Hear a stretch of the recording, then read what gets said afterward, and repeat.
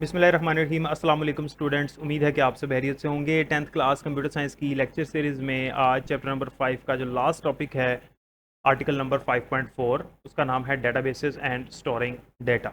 बहुत इंपॉर्टेंट है, इसके अंदर काफ़ी शॉर्ट क्वेश्चंस बनते हैं, काफ़ी एमसीक्यूज बनते हैं, तो ध्यान से समझिएगा। ये थोड़ा सा डिफरेंट टॉपिक है डेटाबेसेस के बारे में, और इसके अंदर जो है वो हमने कुछ क्यूरीज भी पढ़नी है, तो बड़ी ध्यान से समझने वाला टॉपिक है। और इसके अंदर शॉर्ट क्वेश्चन जैसे कि मैंने बताया कि इंपॉर्टेंट है, तो इसमें से कोई ना कोई एक आध शॉर्ट या एमसीक्यू लाजमी पेपर में आएगा। ठीक है, तो इंशाल्लाह इसको समझिएगा ज़रा ध्यान से।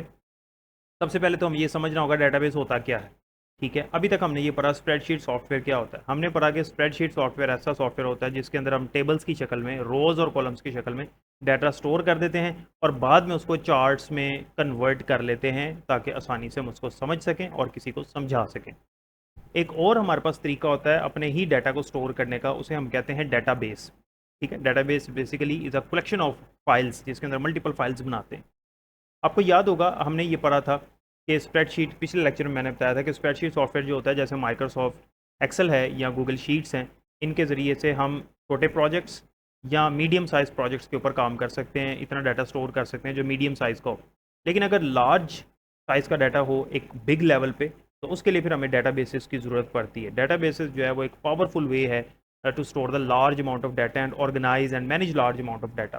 राइट, तो ये बात उसने यहाँ पर लिखी हुई है, इसको पहले देखते हैं क्या है। बाकी मैंने मेन चीज़ें आपको बता दी हैं, टॉपिक का इंट्रोडक्शन आपको दे दिया है। आफ्टर क्लीनिंग अ मेसी सर्वे टेबल, आपको याद होगा हमने क्लीनिंग एंड वैलिडेटिंग वाला पॉइंट पढ़ा था डीएसएलसी के अंदर, डाटा साइंस लाइफ साइकिल के अंदर। उसमें जब हम डाटा कलेक्ट कर लेते हैं तो हमारे पास जो डाटा होता है वो बड़ा मैसी होता है। ठीक है, रॉ फॉर्म में होता है। तो रॉ डाटा को हम जब क्लीन कर लेते हैं, there is a need to store the clean data in a proper format. तो फिर उसको एक खास फॉर्मेट में, जो क्लीन डाटा है उसको एक खास फॉर्मेट में स्टोर करने की ज़रूरत है। उसको हम स्प्रेडशीट सॉफ्टवेयर में भी स्टोर कर सकते हैं या फिर डेटाबेस में कर सकते हैं। डिफरेंस क्या है मैंने आपको बता दिया कि अगर छोटा डाटा है तो स्प्रेडशीट में करना बेहतर है, और अगर लार्ज अमाउंट में डाटा है एक बड़ी ऑर्गेनाइजेशन का, तो फिर डेटाबेस के अंदर करेंगे। तो दैट इट इज़ ऑर्गेनाइज, ताकि हम उसको मुनज़्ज़म अंदाज से अपने पास स्टोर कर सकें, कल को उसको सर्च कर सकें, उसको यूज़ कर सकें एंड रेडी टू एनालाइज, और बाद में उसको एनालाइज भी कर सकें। अब वो कहता है कि let us explore how and way to store data. अब हम ये देखेंगे कि उस डाटा को कहाँ स्टोर किया जाता है और कैसे स्टोर किया जाता है। There are two main ways to store structured data. अगर आपने स्ट्रक्चर्ड डाटा को स्टोर करना है, उसके दो तरीके होते हैं, स्प्रेडशीट एंड डाटाबेसेस। ठीक है, और मैंने फिर आपको डिफरेंस बता दिया, वो डिफरेंस इस टेबल में लिखा हुआ है। ये आपका पहला शॉर्ट क्वेश्चन है, वो आपसे पूछ सकता है कि write the difference between spreadsheets and databases. तो आपको इसका डिफरेंस आना चाहिए with the help of examples. ये एग्जांपल टूल्स यहाँ पर लिखे हुए हैं। Number one, a grid of rows and columns for small data sets, a structured system to store and manage large data in tables. ये मैंने आपको पहले बता दी। Grid of rows and columns का मतलब है कि हम टेबल की शक्ल में डाटा स्टोर कर सकते हैं, रोज एंड कॉलम्स की शक्ल में, जैसे यहाँ पर बना भी हुआ। अच्छा, टेबल की शक्ल में इसमें भी डाटा स्टोर होता है, डाटाबेसेस के अंदर भी होता है, लेकिन एक स्ट्रक्चर्ड होता है, एक खास किस्म का डाटा होता है जो लार्ज स्केल पर हो, उसको मुनज़्ज़म करके हमने स्टोर करना है and manage large data in tables. तो यही मेन डिफरेंस है। और जो डाटाबेस होता है ना, वो चूंकि लार्ज स्केल पे होता है, तो इसके अंदर ऑपरेशंस भी हम ज़्यादा परफॉर्म कर सकते हैं, इसके अंदर फैसिलिटीज़ भी हमें ज़्यादा मिलती हैं, क्योंकि हमारे पास इसके अंदर लार्ज सेट ऑफ डाटा होता है। That is why it provides more facilities as compare to spreadsheet software. Spreadsheet software की एग्जांपल में हमने पढ़ा माइक्रोसॉफ्ट एक्सेल और गूगल शीट्स, जबकि डेटाबेस की एग्जांपल में हमारे पास जो टूल्स हैं वो माई एसक्यूएल और एसक्यूलाइट। ठीक है, तो ये हो गया हमारा डिफरेंस स्प्रेडशीट और डेटाबेसेस का। और ये पहला आपका शॉर्ट क्वेश्चन आ गया, और यहाँ पर 10 बिट्स में लिखा भी हुआ है, spreadsheet are good for small projects, databases are better for big और मल्टी यूजर डाटा सिस्टम्स। ये भी मैंने आपको बता दिया। कॉलेजेस के अंदर, जैसे अकेडमीज़ के अंदर लार्ज अमाउंट में डाटा बेस होता है, उनके पास डाटा स्टोर करना होता है, और उसको एक से ज़्यादा लोग इस्तेमाल कर रहे होते हैं। अकाउंट्स ऑफिसर भी यूज़ कर रहा होता है, एडमिशन ऑफिसर भी यूज़ कर रहा होता है, फ़ी क्लर्क भी यूज़ कर रहा होता है। तो ये बड़ा डाटा है, उसके लिए फिर डाटाबेसेस का वर्ड हम यूज़ करेंगे, फिर स्प्रेडशीट इस्तेमाल नहीं होगा। स्प्रेडशीट में छोटा सा डाटा स्टोर हो सकता है, बच्चों के रिजल्ट स्टोर हो सकते हैं, ठीक है, इसी तरह के रिजल्ट कार्ड वगैरह बन सकते हैं, इतना काफ़ी होता है इसके अंदर। अच्छा, यहाँ पर अब दूसरी डेफिनेशन है और बहुत इंपॉर्टेंट है, इसके बोर्ड में आने के चांसेस हैं, वो है व्हाट इज़ डेटाबेस। डेटाबेस क्या होता है? Database is a organized collection of data. Database जो है वो एक मुनज़्ज़म अंदाज में डाटा की कलेक्शन है। It stores data in the form of tables. इसके अंदर जैसे मैंने पहले बताया कि स्प्रेडशीट में भी और डेटाबेस के अंदर भी डाटा टेबल्स में स्टोर होता है, जैसे ये एक टेबल बना आपको नजर आ रहा है, इस तरह का ही होता है। It stores data in the form of tables, each table is like a mini spreadsheet. Her table जो है वो एक किस्म की एक मिनी स्प्रेडशीट ही कहलाएगी, with rows and columns. Databases help in storing, retrieving and updating data efficiently. Database जो है वो हेल्प करता है हमें ताकि हम डाटा स्टोर कर सकें, रिट्रीव कर सकें। रिट्रीव का मतलब होता है जो स्टोर किया हुआ डाटा उसको सर्च करके बाद में निकलवा भी सकें easily, and updating data efficiently, और बाद में हम उसको अपडेट भी कर सकें, वैल्यूज़ वगैरह चेंज कर सकें उसके अंदर, ठीक है। अब डाटाबेस जो है उसके अंदर वो कहता है कि डाटाबेस में एक चीज़ इस्तेमाल होती है, टेबल। टेबल किसे कहते हैं? टेबल की डेफिनेशन लिखी है, group of related data. Table से मुराद collection of rows and columns भी लिख सकते हो। Group of related data consist of rows and columns. जैसे एग्जांपल में वो कह रहा है स्पोर्ट्स सर्वे। फॉर एग्जांपल ये एक टेबल मैंने यहाँ पर बनाया हुआ है जिसके अंदर ये 2 कॉलम्स हैं, ये कॉलम होते हैं वर्टिकल डायमेंशन, और ये रोज़ हैं सारी, ये सारी रोज़ हैं, ठीक है। नेम और फेवरेट स्पोर्ट्स, स्टूडेंट्स के नाम और उनके जो फेवरेट स्पोर्ट्स हैं जो कि हमने डाटा कलेक्ट किया था वो लिखा। तो ये क्या है? एक टेबल है। टेबल कहते हैं collection of rows and columns, combination of rows and columns, 2 column और बाकी ये रोज हैं, ये मिल जाते हैं तो फिर एक टेबल बन जाता है जिसके अंदर हमें ग्रिड्स नज़र आते हैं। ये ग्रिड्स हैं, ये क्या हैं? ये सारे के सारे ग्रिड्स हैं। अच्छा, तो यहाँ पर वो कहता है कि टेबल की डेफिनेशन में वो कहता है ग्रुप ऑफ रिलेटेड डाटा। इसकी एग्जांपल है स्पोर्ट्स सर्वे। ये जैसे मैंने टेबल आपको दिखाया अभी, ये स्पोर्ट्स सर्वे की ही एग्जांपल है। अच्छा, रिकॉर्ड किसे कहते हैं? अ सिंगल एंट्री और रो इन अ टेबल। जैसे अली का जो फुल रो, अली की जो फुल रो है, अली का जो रिकॉर्ड है वो एक प्रॉपर रिकॉर्ड कहलाएगा, एक सिंगल एंट्री। जैसे ये अली है ना, यहाँ पर ये देखें, ये अली है, ये एक रो है, ये जो मैंने सेलेक्ट किया है ये एक रो है। अगर यहाँ पर roll number, class, section, phone number, address, ये सारा कुछ होता तो अली का ये पूरा का पूरा रिकॉर्ड होना था। इसको हम एक रिकॉर्ड कहते हैं, यानी एक जो रो होती है उसको रिकॉर्ड कहते हैं। ये अली का रिकॉर्ड है, ये अहमद का रिकॉर्ड है, ये हारिस का रिकॉर्ड है। फिलहाल हमारे पास 2 ही कॉलम्स हैं, ठीक है, इस रिकॉर्ड के अंदर, तो फिर भी ये रिकॉर्ड ही कहलाएगा, चाहे 1 हो, 2 हो, 10 हो। लेकिन एक जो सिंगल एंट्री है अली की, जो कंप्लीट एंट्री है, वो एक रो कहलाएगी। अच्छा, नेक्स्ट क्या है? फील्ड। फील्ड किसे कहते हैं? वो जो भी मैं आपको दिखा रहा था, नेम, फेवरेट स्पोर्ट, ये फील्ड्स होती हैं जो कॉलम्स के अंदर होती हैं। A specific piece of information, जैसे नेम, स्पोर्ट, फ्रीक्वेंसी, ये हमारे पास क्या कहलाते हैं? फील्ड कहलाते हैं। जैसे ये यहाँ पर है, ये एक फील्ड है, ये एक फील्ड है। इस पूरी फील्ड के अंदर, यानी इस पूरे कॉलम के अंदर स्पोर्ट्स के नाम ही होंगे, इस पूरे कॉलम के अंदर नेम ही होंगे, क्योंकि ये है ही कॉलम नेम का, ये फील्ड ही नेम की है। यहाँ पे अगर मैं रोल नंबर एंटर कर देता हूँ तो यहाँ पर जितने भी लिखे जाएंगे वो रोल नंबर ही होंगे। मुझे इसकी हेडिंग से पता चल रहा है कि ये रोल नंबर ही है। तो जो डेटाबेस होता है ना, डेटाबेस के अंदर जब हम डाटा स्टोर करते हैं तो वो टेबल में करते हैं, और टेबल 2 चीज़ों का कम्बिनेशन है, रो और कॉलम। तो जो रो होती है जिसके अंदर एक सिंगल एंट्री है उसको रिकॉर्ड कहते हैं, और जो कॉलम होता है उसको फील्ड कहते हैं। तो याद रखना है, रिकॉर्ड को हम बेसिकली, रो को हम रिकॉर्ड भी कहते हैं, और जो कॉलम होता है उसको हम फील्ड भी कहते हैं। और ये एग्जाम्पल लाजमी इसके साथ आपने लिखनी है। तो वो आपसे पूछ सकता है कि डेटाबेस के अंदर जो टर्म्स हैं वो कौन कौन सी होती है। तो डेटाबेस के अंदर जो कॉमन टर्म्स हैं उसमें ये 3 हैं, टेबल, रिकॉर्ड और फील्ड। तो ये डेफिनेशन हो गई डेटाबेस की। और दूसरा, तीसरा जो शॉर्ट, एक तो पहले मैंने बताया आपको जो कि हमने यहाँ पर देखा, ये डिफरेंस स्प्रेडशीट और डेटाबेस का, डेटाबेस की डेफिनेशन। और नंबर 3 पे हमने देखा कि जो डेटाबेस की टर्मिनोलॉजीज़ हैं, 3 जो इसके अंदर बेसिक कंपोनेंट्स हैं, टेबल, रोज और रिकॉर्ड। तीसरा शॉर्ट क्वेश्चन हो गया। अब आते हैं नेक्स्ट हमारे पास database management system and SQL. इन दोनों की डेफिनेशन भी है यहाँ पर। जैसे मैंने बताया ना, बड़ा इंपॉर्टेंट टॉपिक है, इसके अंदर काफ़ी डेफिनेशंस बनती हैं। So number one, a database management system (DBMS) is a software used to create, manage, and interact with databases. Examples include MySQL, SQLite, and Microsoft Access. वो सॉफ्टवेयर जो डेटाबेस को बनाने के लिए इस्तेमाल होता है, यानी डाटा स्टोर करने के लिए इस्तेमाल होता है, उसके ऊपर different actions, different operations perform करने के लिए इस्तेमाल होता है, उस सॉफ्टवेयर को हम कहेंगे DBMS, ठीक है। इसके ज़रिए से हम क्या कर सकते हैं? हम डेटाबेस के अंदर डाटा क्रिएट कर सकते हैं, उसको मैनेज कर सकते हैं, इंटरेक्ट कर सकते हैं डेटाबेस के साथ। इन डेटाबेस के अंदर जो डाटा पड़ा है उसके ऊपर डिफरेंट एक्शंस परफॉर्म कर सकते हैं, डिलीट करना, चेंज करना, कनेक्ट करना, वैल्यूज़ ऐड करना, ये सारे काम हम कर सकते हैं। उसके लिए जो सॉफ्टवेयर इस्तेमाल होता है उसको हम DBMS कहते हैं, जिसकी फुल फॉर्म है डेटाबेस मैनेजमेंट सिस्टम। इसकी एग्जांपल में हमारे पास जो टूल्स हैं, यानी जो DBMS है हमारे पास, वो है एक MySQL, एक होता है SQLite, और एक और सॉफ्टवेयर होता है माइक्रोसॉफ्ट एक्सेस के नाम से। वो कहता है to work with data in databases.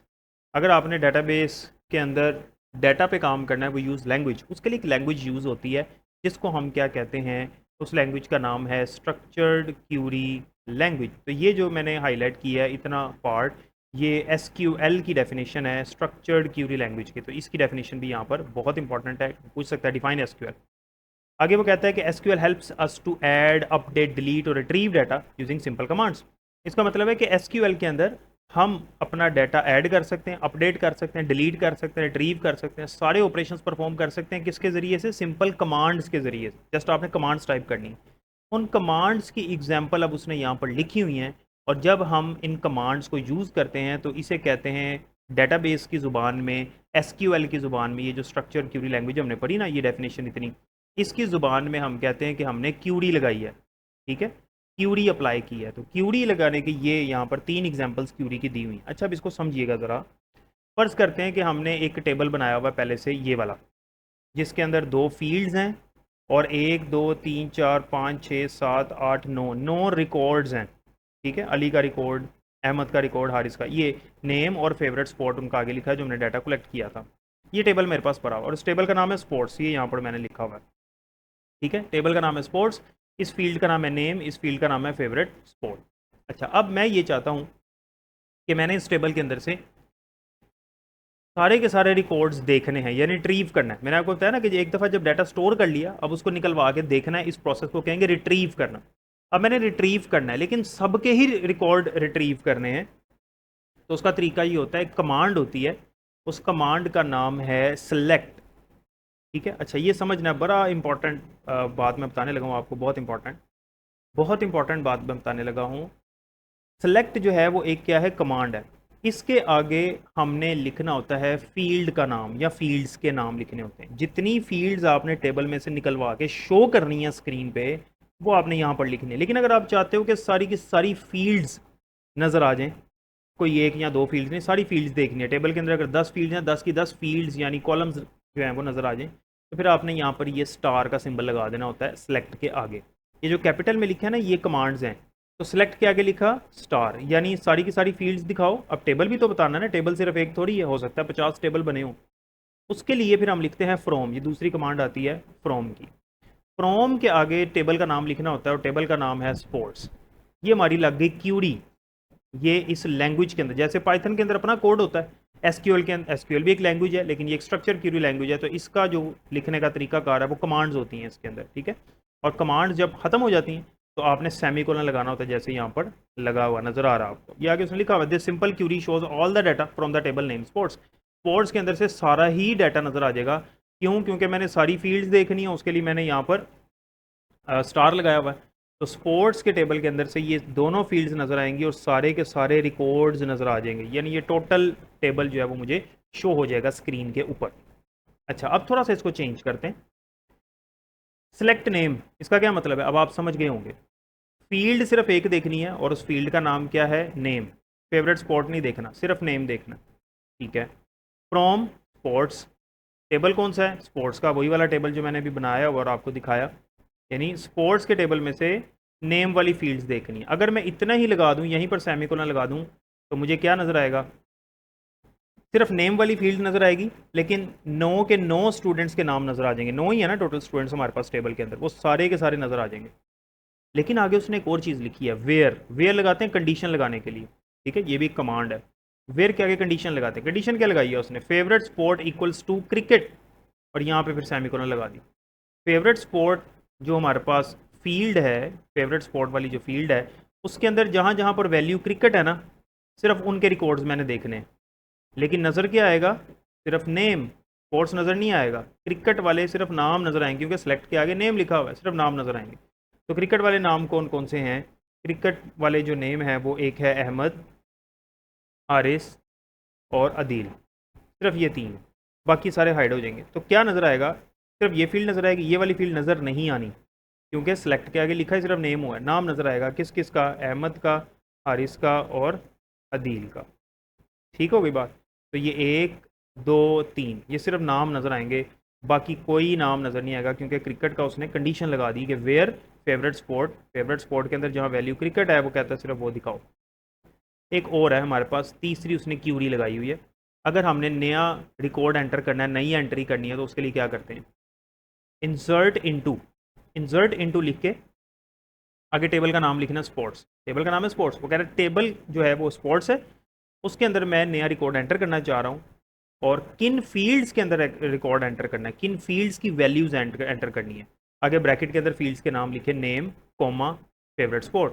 तो हमारे पास फील्ड ही 2 हैं सिर्फ टोटल, ज़्यादा होती तो उनके भी नाम लिख देते। तो नेम और फेवरेट स्पोर्ट के अंदर एंट्री करनी है, स्पोर्ट्स के टेबल के अंदर क्या एंट्री कर रहा है वो, आगे नीचे लिखना है वैल्यूज़, ठीक है, नीचे लिखा वैल्यूज़, ये भी कमांड है, और इसके आगे ब्रैकेट के अंदर वैल्यूज़ दे दी रिस्पेक्टिवली, यानी पहला नेम था उसके अंदर अली चला जाएगा, और उसके बाद फेवरेट स्पोर्ट है तो फुटबॉल चला जाएगा, और सिंगल कोटेशन मार्क के अंदर आपने ये वैल्यूज़ लिख देनी, ठीक है। आगे उसने लिखा this query adds a new entry, एक नई एंट्री हो जाएगी अली और फुटबॉल की, खुद बाहुद लैंग्वेज के थ्रू। हमने यहाँ से आके नहीं किया, यहाँ से आके अली और फुटबॉल नहीं लिखा, लैंग्वेज के थ्रू किया विद हेल्प ऑफ कमांड्स, इसे कहते हैं क्यूरी लगाना। तो क्यूरी लगा के हमने ये काम किया है।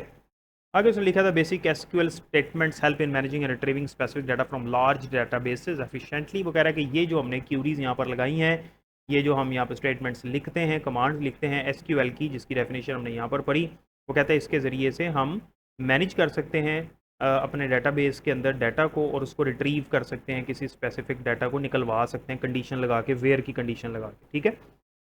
अब ये जो हमने यहाँ पर कमांड्स पढ़ी हैं, क्यूरीज पढ़ी हैं, ये एमसीक्यू के हवाले से बहुत इंपॉर्टेंट, ठीक है। शॉर्ट क्वेश्चन में पूछ सकता है एग्जाम्पल के तौर पे, ठीक है। वो आपसे ये कह सकता है, ये वाला क्वेश्चन आपको दे दे कि write a query to show the students name who like cricket from the table sports, इस तरह से वो लिख दें, तो फिर आपको ये वाली क्यूरी लिखनी होगी, इस तरह पूछा जा सकता है। अच्छा, ये हो गया हमारा टॉपिक कंप्लीट। आगे की टेक अवेज हमने पढ़ने, यानी जो कुछ आज हमने पढ़ा उसकी ये समरी है यहाँ पर। नंबर 1 पे वो कहता है data should be stored in structured way for easy access analysis, कि हमने पढ़ लिया कि डाटा जो है वो इजी वे में स्टोर होना चाहिए, स्ट्रक्चर्ड वे में, ताकि हम उसको एनालाइज कर सकें ईजीली। नंबर 2 हमने पढ़ा स्प्रेडशीट सॉफ्टवेयर जो है वो स्मॉल डाटा सेट्स के लिए होते हैं, जबकि डाटाबेस जो है वो लार्ज प्रोजेक्ट्स के लिए होते हैं, और जहाँ पर कॉम्प्लेक्स डाटा हो, पेचीदा हो।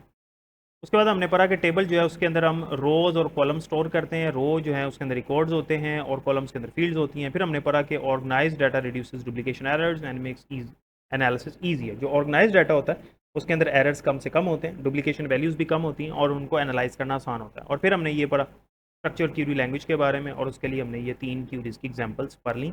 यहाँ तक कोई क्वेश्चन है तो आप मुझसे पूछ सकते हैं कमेंट सेक्शन के अंदर।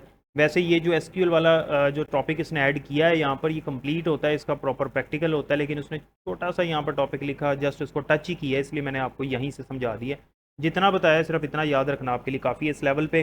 कोई क्वेश्चन हो तो कमेंट सेक्शन में पूछिएगा, और इसको ज़रूर याद कीजिएगा जो डेफिनेशन मार्क करवा दी हैं। इसके अलावा अगर आपको नोट्स चाहिए इजी वर्डिंग में, स्क्रीन पे नंबर चल रहा है, प्रिंटेड भी आपको पहुँच जाएंगे बुकलेट की फॉर्म में, और अगर सॉफ्ट कॉपी चाहिए तो वो भी डिलीवर हो जाएगी। अपना बहुत ख्याल रखिएगा। अल्लाह हाफिज़।